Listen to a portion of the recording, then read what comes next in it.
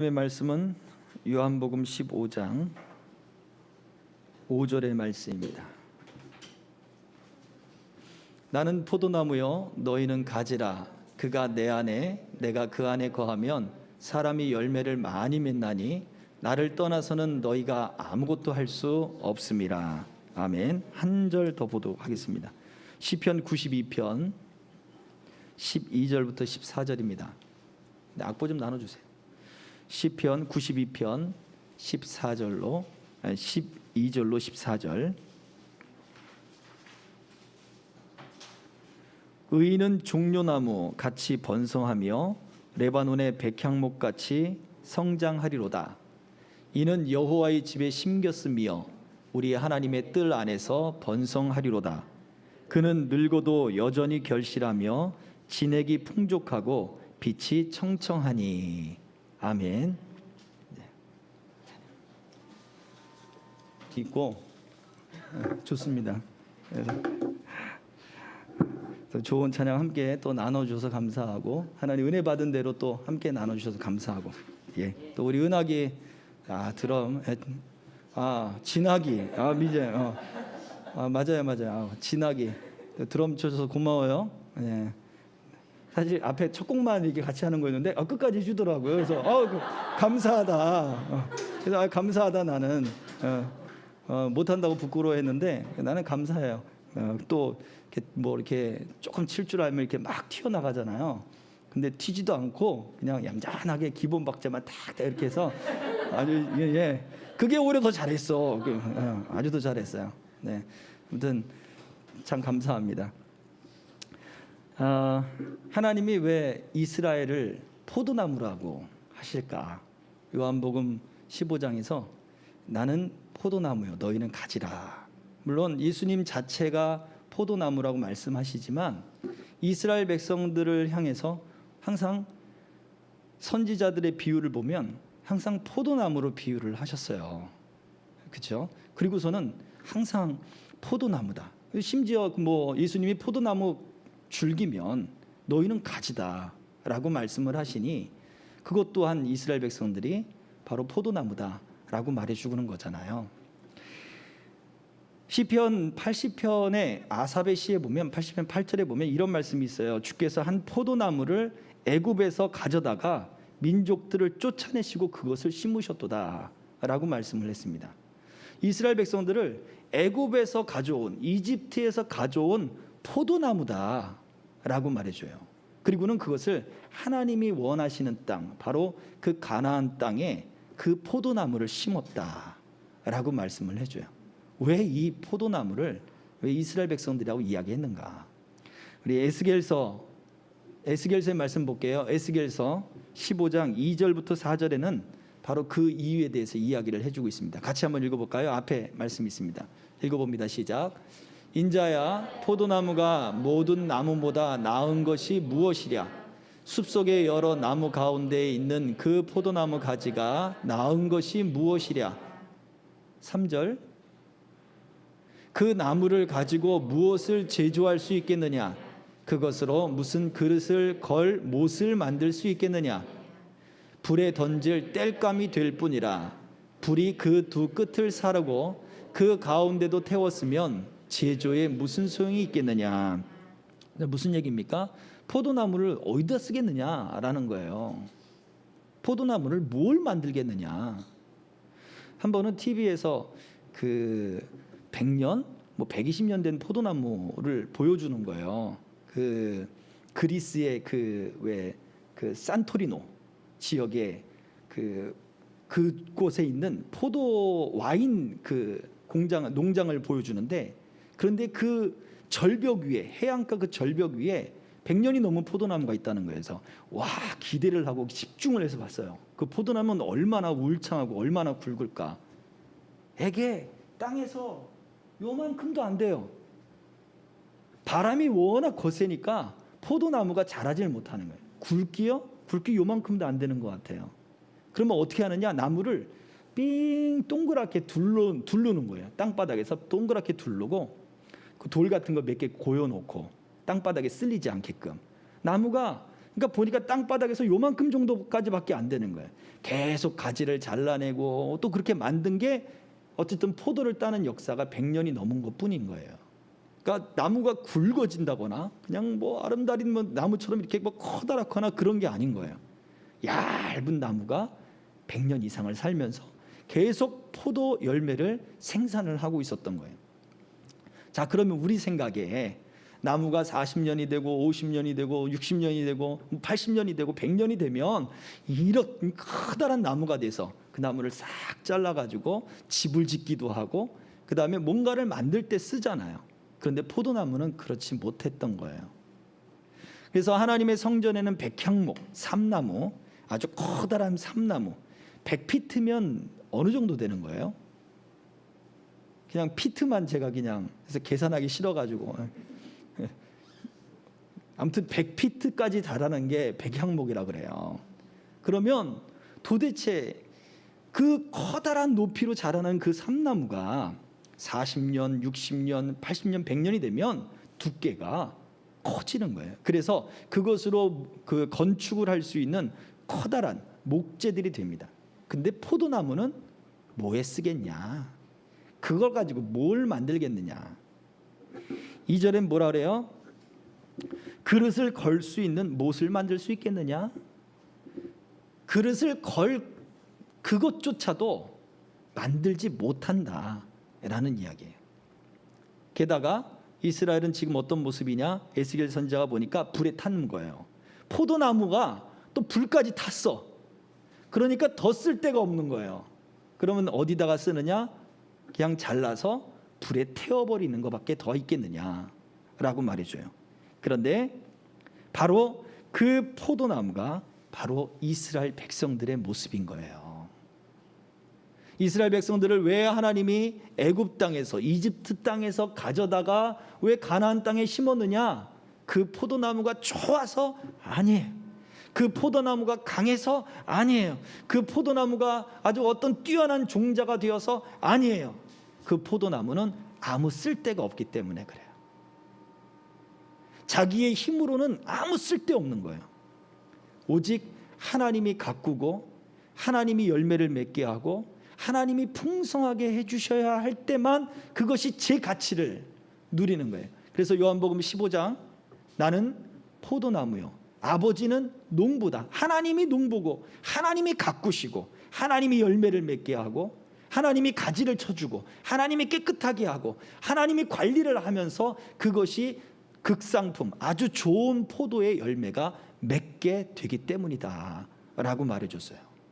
그러니 아무 힘 없고 능력 없고 잘난 것 없고 한 그러한 이스라엘 백성들을 하나님이 택해서 옮겨 심어서 그것을 관리를 해주고 하는 바로 너희가 그렇기 때문에 아무 힘 없기 때문에 너희가 보잘것없기 때문에 너희가 쓸데없기 때문에 내가 너희를 선택하고 내가 너희를 관리하고 내가 너희로 열매 맺게 하는 거야 라고 하는 모습을 말해주고 있습니다.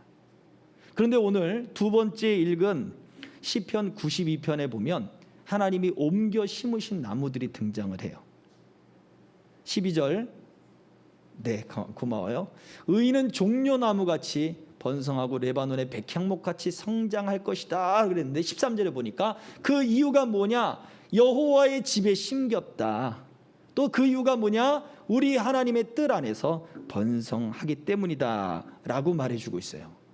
종려나무, 백향목. 그 종려나무는 무슨 나무냐면 대추야자 열매예요. 다말이라고 이야기하는 그 성경의 이름도 여인들의 이름 중에 다말이 등장하죠. 그 다말이 바로 타마르인데 대추야자.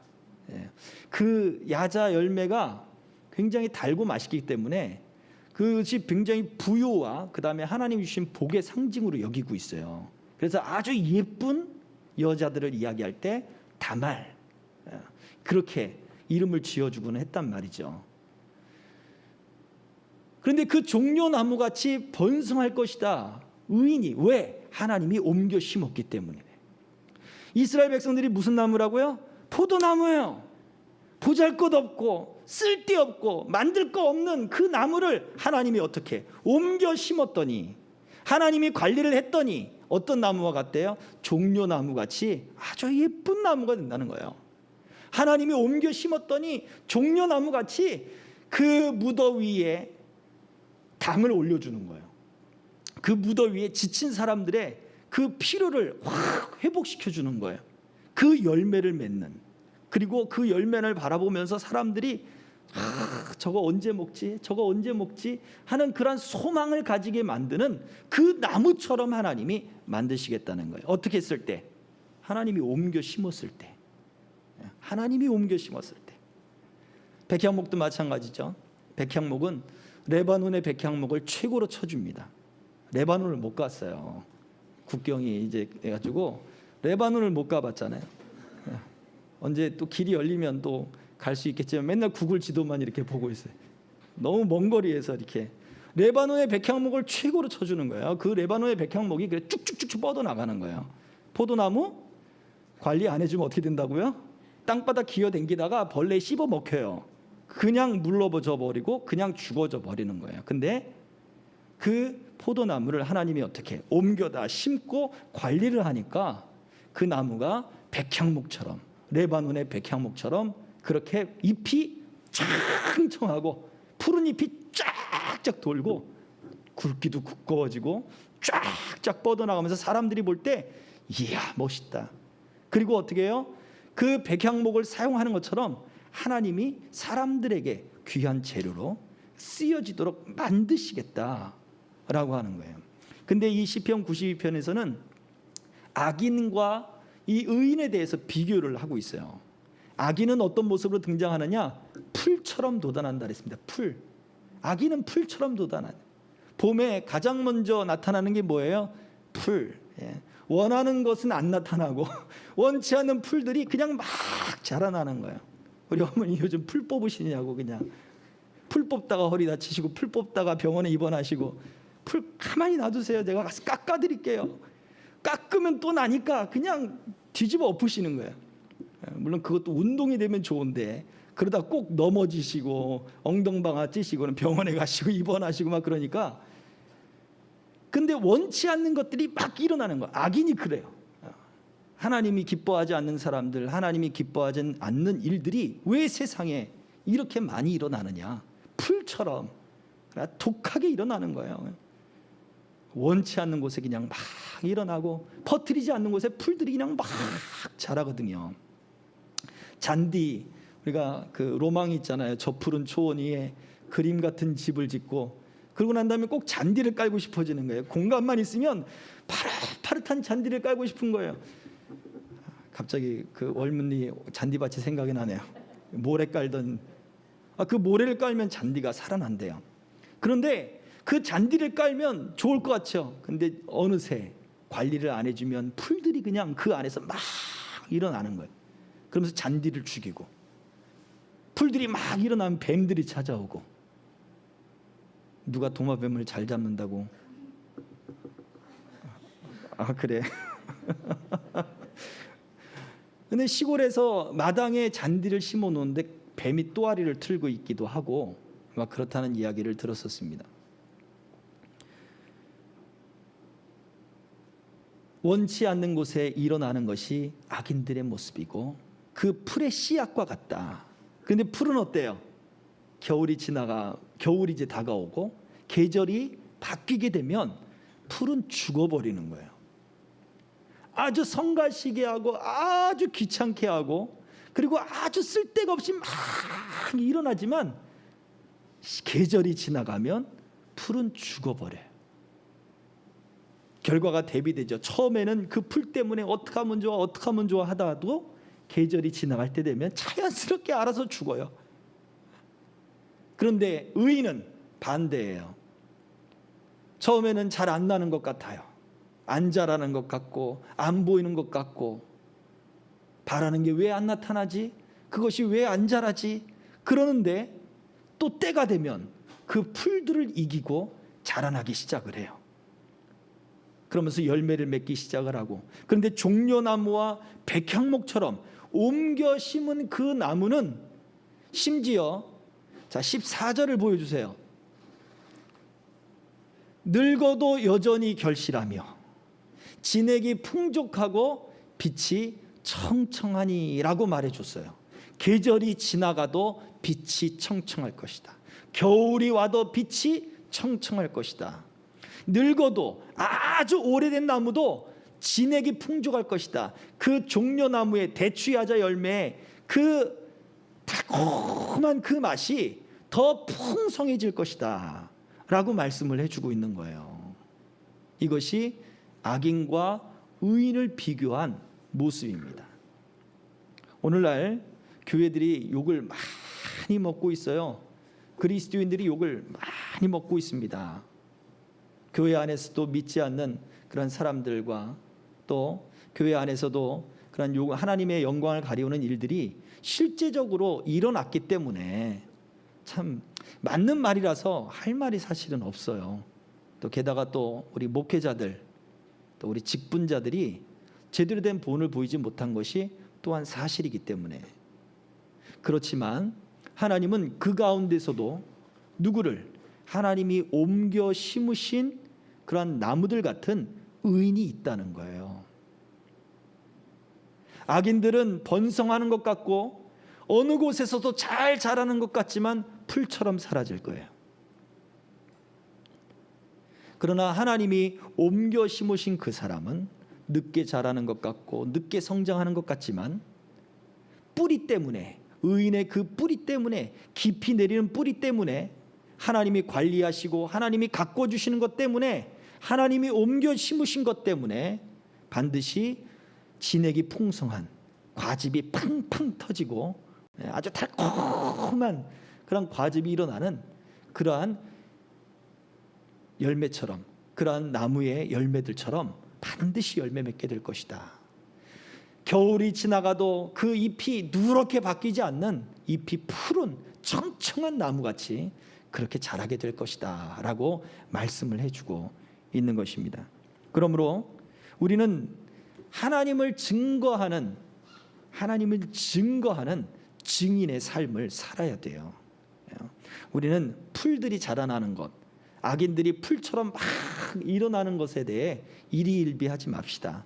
막 거기에 대해서 분노하고 거기에 대해서 슬퍼하고 막 그 세력이 확장된다고 해가지고 거기에 그냥 나도 혹 해가지고 그러지 말고, 하나님이 우리를 심으신 그 자리에 우리는 잘 지킬 수 있어야 돼요. 우리 지금 카페 쪽에 화분들이 많이 있어요. 여러 죽였습니다. 똥손에 마이너스 손이 돼가지고 이게 기계적인 거는 좀 잘하는데 이게 유독 화초에 대해서는, 화분에 대해서는 정말 너무 약했어요. 그래서 사실은 지난 겨울도 얘네들 죽을까봐 온풍기를 계속 돌렸어요. 우리 때문에 온풍기 돌리는 게 아니라 얘네 때문에 온풍기를 돌리는 거예요.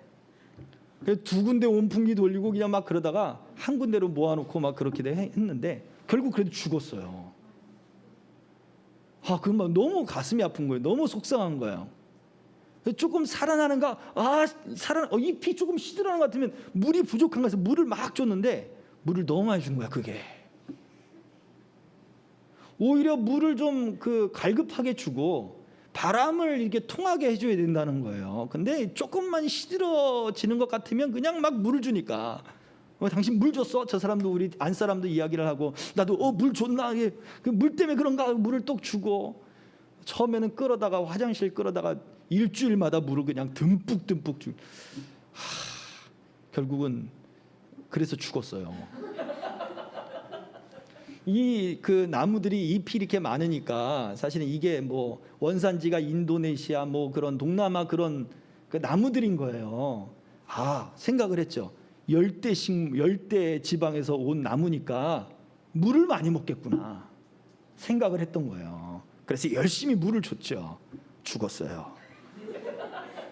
나무마다 특성들이 있더라고요.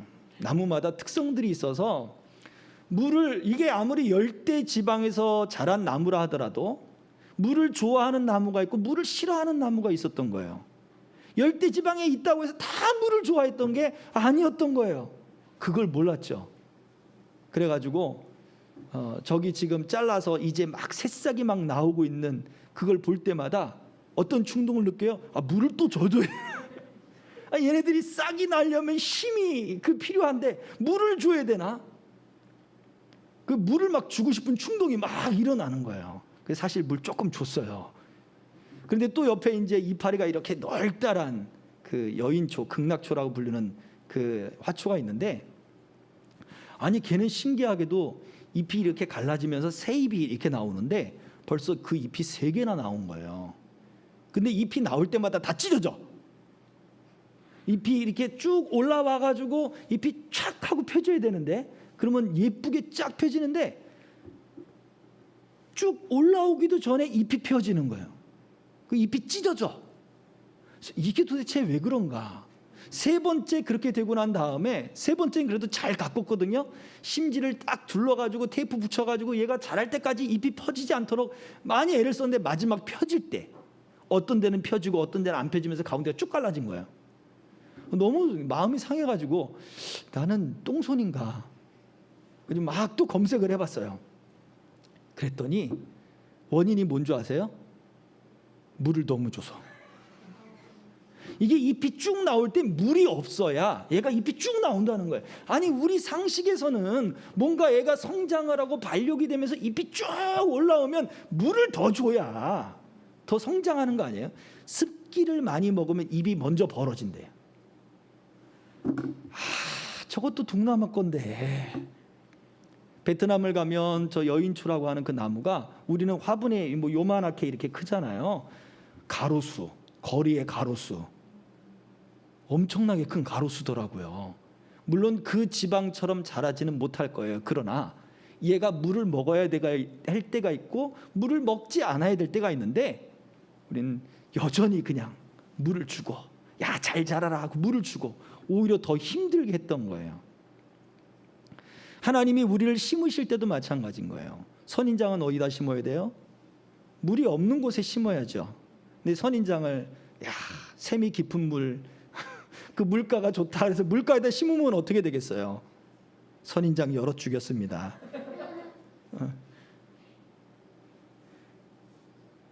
마찬가지인 거예요. 하나님이 우리를 포도나무다. 내가 얼마나 나를 통해서 와인을 만들고, 그 포도즙을 만들고, 나는 가치 있는 포도나무야. 그럼 나는 샤인머스켓인가? 뭐 별의별 생각을 다 할 수도 있잖아요. 아니에요. 쓸데없기 때문에 하나님이 옮겨다 심은 거예요. 첫 번째, 어디에? 하나님의 성전에 옮겨 심었어요. 우리가 먼저 예수 믿는 사람들이 아니기 때문에, 내가 예수 믿지를 않을 걸 알기 때문에 엄마 아빠의 뱃속에서부터 하나님의 성전으로 옮겨 심어서 모태신앙을 갖게 한 거죠. 뿐만 아니라 우리를 어릴 때부터 하나님의 사람들로 불러주고, 또 하나님의 일꾼으로 불러주고, 하나님의 사역자로 불러서 또 어떻게 우리를 하나님이 보내시는 자리, 야 너는 이 땅에서 쓸데없다, 외국으로 가라. 하나님이 그곳에 심으셨다는 거예요. 인정하십니까? 많은 선교사님들이 그러셨어요. 오죽하면 하나님이 보내셨겠냐고. 이건 제가 한 얘기 아니에요. 우리 하영주 목사님도 많이 말씀하셨고 많이들 하셨어요. 오죽하면 하나님이 보내셨겠냐고. 마찬가지예요. 저는요. 그러면 저는 쓸데 있기 때문에 이 자리에 있나요? 아니, 저는 얘기하잖아요. 저는 국내 선교라고 생각한다고. 예. 마찬가지예요. 하나님이 우리들을 하나님이 원하시는 자리에 옮겨 심으셔요. 두 번째가 바로 그거예요. 첫 번째는 예수를 믿는 그 믿음의 자리로 옮기시고, 두 번째는 하나님이 보내시는 자리에, 그리고 하나님이 사용하시는 그 자리에 우리를 옮겨 심은 거예요. 어저께도 우리 권사님이 그러시더라고요. 부모야 사명을 따라가지만 얘네들은 뭔 죄가 있냐고. 그 죄가 아니에요. 하나님이 그곳에 사용하시려고, 하나님이 그곳에서 훈련시키시려고 하나님이 그렇게 옮겨 심으신 거예요. 우리 애들도 마찬가지입니다. 청년 생활, 또 학생부 생활 지금 혼자서 하잖아요. 그죠? 우리 교회에서 예배 드릴 때마다 사역하고 있어요. 쟤네들은. 무슨 죄가 있어요? 죄가 아니에요. 하나님이 필요하니까 옮겨 심으신 거예요. 이 사실을 우리는 믿어야 돼요. 우리가 쓸데없기 때문에, 지금도 만약 제대로 사역하지 않는다면 사람이 아무리 많이 있어도 그곳에서 더 쓸데없는 존재가 되는 거예요. 그런데 하나님이 쓸모있는 존재를 옮기셔서 만들기 시작하시는 거예요. 하나님이 관리하시고 하나님이 돌보시면서 열매가 맺게 하시는데, 그냥 쓸모없는 열매가 아니라 늙어서도 여전히 결실하며 진액이 풍족하고 빛이, 그 잎의 빛이, 그 나무의 아우라가, 그 인생의 빛이 아주 밝은 모습이 되도록 하나님이 그렇게 만드신다라고 아삽이 노래를 했습니다. 시인은 이 얘기를 했어요.